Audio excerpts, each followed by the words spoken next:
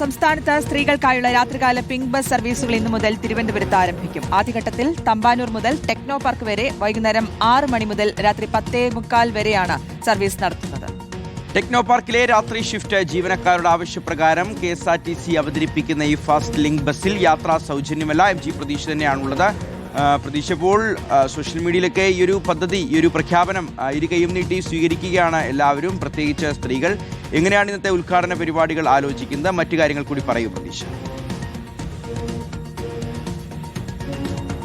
ഷിഹാസ, ഈ പിങ്ക് ബസ്സിന് വലിയ സ്വീകാര്യതയാണ് വിവിധ ഇടങ്ങളിൽ നിന്ന് ലഭിക്കുന്നത്. സർക്കാരിന്റെ 100 ദിന കർമ്മ പദ്ധതിയുടെ കൂടി ഭാഗമായാണ് സംസ്ഥാനത്ത് പിങ്ക് ബസ് യാഥാർത്ഥ്യമാക്കുന്നത്. സ്ത്രീകളുടെ നിരന്തരമായ ഒരു ആവശ്യം കൂടി കണക്കിലെടുത്തുകൊണ്ടാണ് അത്തരത്തിൽ ഒരു യാത്രാ പദ്ധതി ആരംഭിക്കുന്നത്. ആദ്യഘട്ടത്തിൽ തിരുവനന്തപുരം തമ്പാനൂരിൽ നിന്ന് കഴക്കൂട്ടത്തേക്കാണ് ആദ്യ സർവീസ് നടത്തുന്നത്.